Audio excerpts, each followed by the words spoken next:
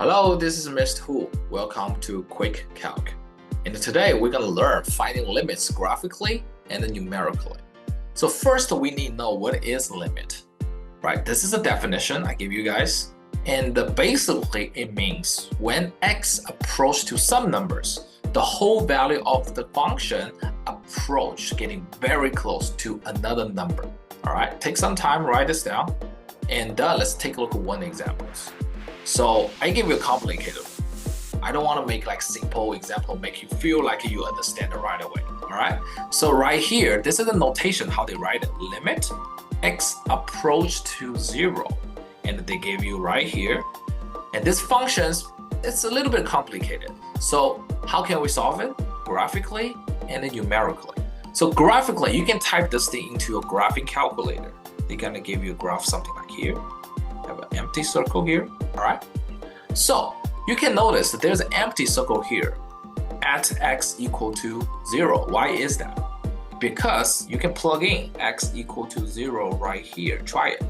This function will be 0 over 0 and defined. So that's empty. But when x are close, very, very close to 0, for examples, x can be negative 0.00001, or on the right side, x can be positive 0.00001. The function is getting very close to the empty point, which is the value is 2. That's why we say the limits of this function is 2. But the value f at 0 is not 2. It's undefined. All right, that's very important. It will be tested every single year in the AP test. All right, let's take another example to emphasize this. So finding the limits fx as x approaches to, where does it look like piecewise function? So let's just graph it. This graph look like this. Be careful here. You do have the value at x equal to 2, which is 0. So we write on this one. But let's look at the top. When x close to the value 2, the fx close to 1, not the bottom 0, right? So that means the limitation of this function when x approach to 2 is 1. But the value at that point is 2. There is something different. They're not always equal. That's very important, all right? So now you know how we see the limits graphically and then numerically, all right? And then let's take a look. I think this is always in the multiple choices in the AP test.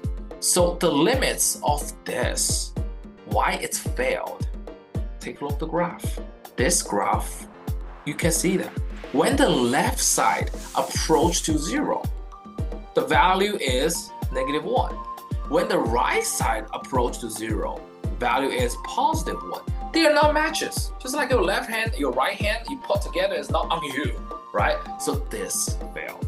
All right, and this one similar.